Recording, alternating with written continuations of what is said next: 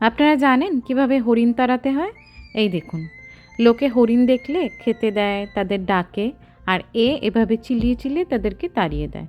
কীরকম একটা নিধিরাম সর্দার টাইপ হয়ে যাচ্ছে দিন দিন। হ্যালো মাই ব্লগ লাভার বন্ধুরা, সবাই কেমন আছেন? সবাইকে ওয়েলকাম ব্যাক টু ভিনদেশি চান্দ্রেইস চ্যানেল। আজকে এসছি আমাদের বাড়ির কাছেরই একটা ইন্ডিয়ান মার্কেটে। ভাবলাম আপনাদের সাথে একটু এখানের ভিডিও করে শেয়ার করি। আমাদের এখানে কি কি ইন্ডিয়ান আইটেমস পাওয়া যায়। আপনারা যারা নিউলি শিফট হচ্ছেন ইউএসএতে, কিংবা আপনারা জানতে চান ইউএসএতে কী কী ইন্ডিয়ান জিনিস পাওয়া যায়। প্রথমেই শুরু করলাম রাখি দিয়ে। এখানে জানেন তো, কোনো কিছু অকেশনের ঠিক 2 মাস আগে থেকেই সব জিনিস বিক্রি হওয়া শুরু হয়ে যায়।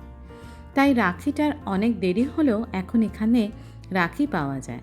অনেকেই ভাবেন যে ইন্ডিয়া থেকে আসছি, কী নিয়ে আসবো।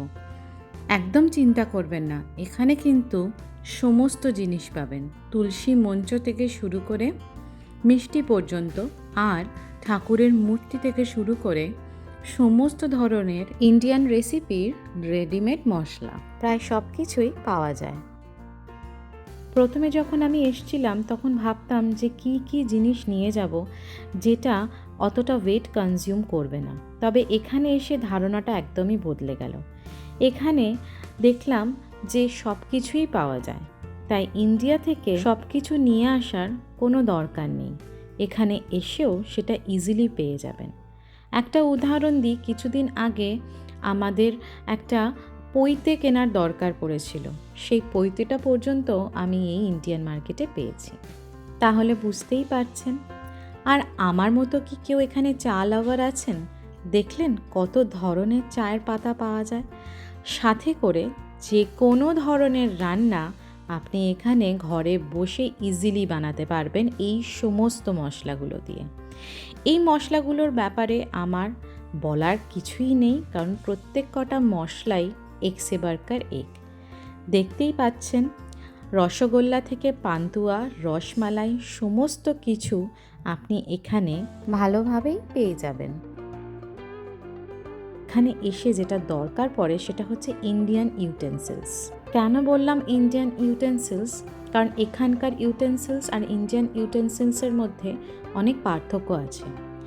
আর এখানে যেহেতু বেশিরভাগ রেন্টেড অ্যাপার্টমেন্টেই হিটারের ব্যবস্থা আছে, তাই জন্য কড়াই, যেটা গোল তলার বেসটা, সেটা কাজ করে না, কড়াই বা যে কোনো ধরনের বাসন। তাই এখানে এসে এখানকার ইন্ডিয়ান দোকান থেকেই ইউটেন্সিলস কেনা ভালো, কারণ এরা আমাদের ইন্ডিয়ানদের কথা মাথায় রেখেই এখানকার ইউটেন্সিলসগুলো তৈরি করে।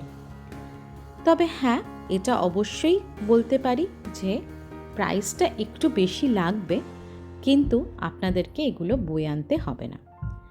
আপনি এখানে আমুল পনির থেকে শুরু করে যে কোনো ধরনের দেশি প্রোডাক্টের পনির, ঘি, দই সমস্ত কিছু পেয়ে যেতে পারেন।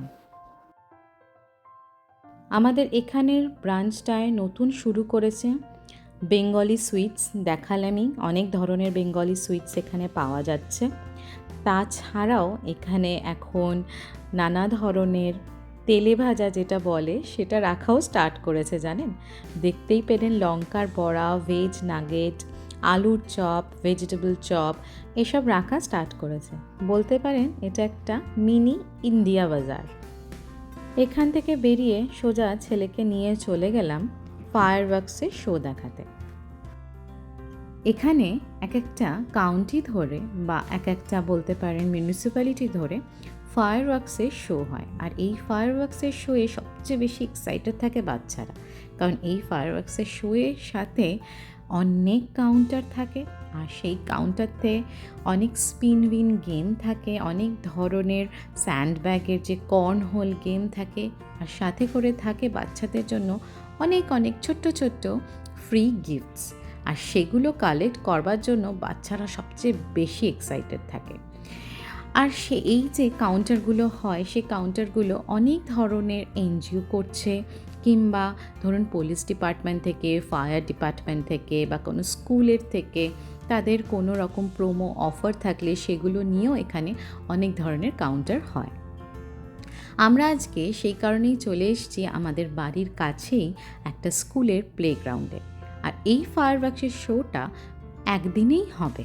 এর আগে আপনাদের যেটা দেখিয়েছিলাম আগের বছর, সেটা একটা আমাদের এই এরিয়ার হিলসবোরো ফেয়ার ছিল, আর এটা হচ্ছে হিলসবোরো ফায়ারওয়ার্কস শো।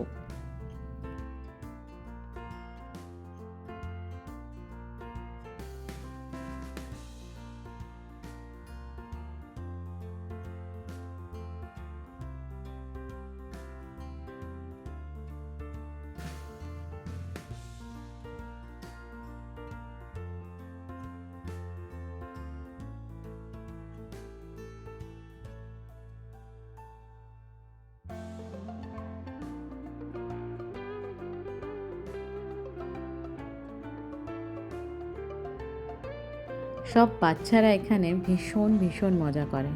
আর দেখছেন টংলুকে বিভিন্ন কাউন্টারে যাচ্ছে। ও গেম টেম খেলা ছাড়ুন, গেম ওর খেলার দরকার নেই, ও শুধু টুকটুক করে গিয়ে গিফটগুলো নিয়ে চলে আসছে কিন্তু ঠিক।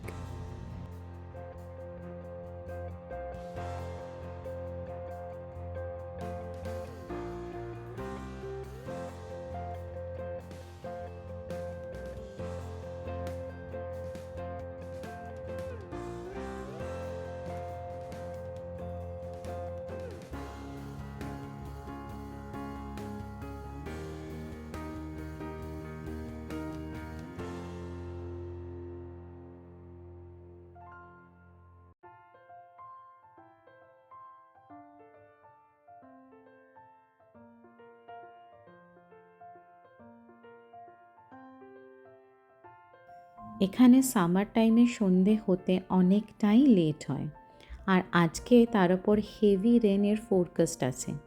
তাই জন্য সমস্ত কাউন্টারগুলোকেই তাড়াতাড়ি করে বন্ধ করে দিতে বলল। না হলে এরা ফায়ারওয়ার্কস সাধারণত 9টার পর শুরু করে, কিন্তু আজকে যেহেতু ফোরকাস্ট আছে তাই জন্য এরা তাড়াতাড়ি করেই শুরু করে দিল।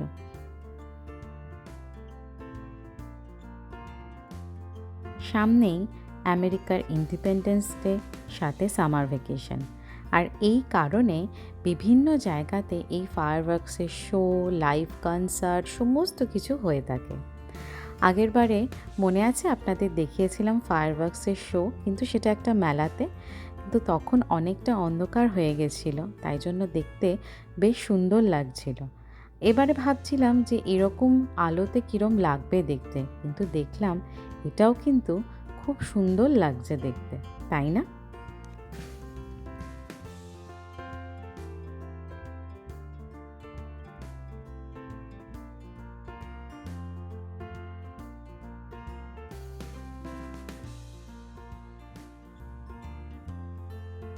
আমার ব্লগ আজকে এখানেই শেষ করলাম। আর আমার ডেসক্রিপশন বক্সে আমি ইন্ডিয়ান মার্কেটের নামটা শেয়ার করে রাখলাম। আর অবশ্যই আপনারা জানাবেন যে আমার ব্লগগুলো আপনাদের কেমন লাগছে। তাহলে চললাম, আবার দেখা হবে আপনাদের সাথে আমার একটা নতুন ব্লগ নিয়ে। আর হ্যাঁ, লাইক, শেয়ার, সাবস্ক্রাইব করতে ভুলবেন না।